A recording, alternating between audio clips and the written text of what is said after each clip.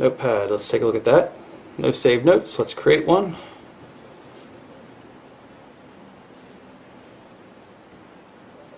And just for grins, show you it also works in portrait mode.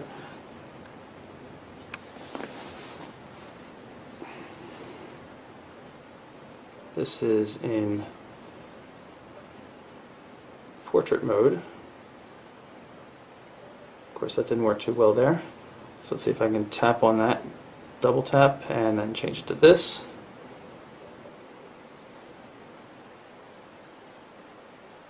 It's okay. And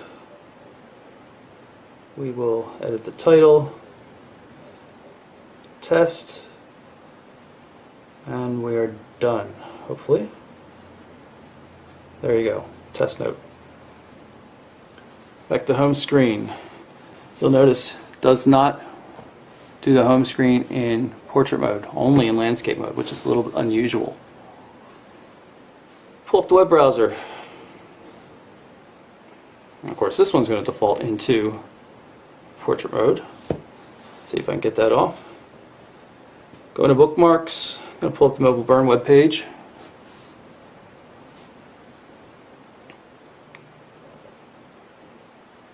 We're on a Wi-Fi connection. I don't have an AT&T SIM in this or anything like that, so this is using my home Fios connection. Still loading the page, and you can see it's really struggling to scroll because of that.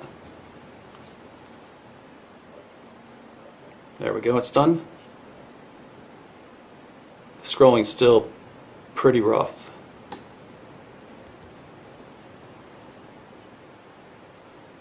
Zooming seems to work okay though. Tap through here to pull up the YouTube client.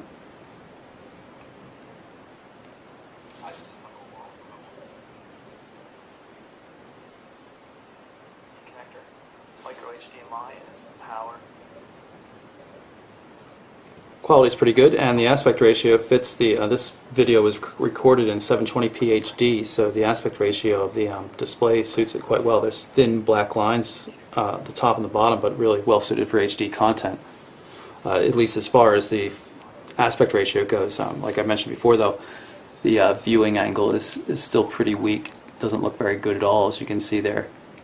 So this is the camera application. Take a look at settings. You can see 3 megapixel here, and you have the ability to switch to the front camera. You should be able to see me there. And there I am. Switch back to the main camera again.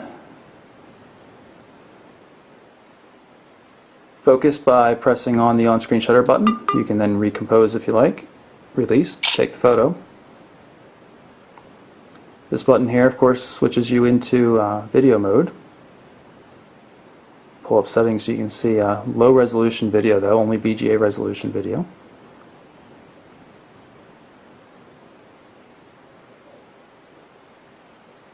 Various settings.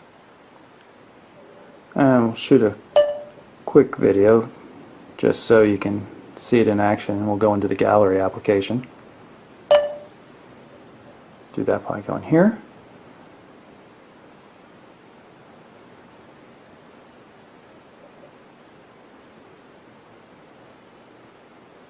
And finally, we've got the video. Really not too responsive. It takes a lot of time. Awful quality video. Still photos. Of course, you can use multi-touch zooming as well. In spite of the fact that it's huge, you actually can make calls on this device. You have to use a headset because there's, or a speakerphone, because there's no obvious, microphone down here. The microphone's actually located right here. It's not meant to be held up to your head, thankfully, but you can make calls on it, and as such, you can also do text messaging. There's a text messaging client as well, but really, it's not intended for that. So that's my quick look at the ViewSonic ViewPad 7, an Android 2.2 Froyo tablet.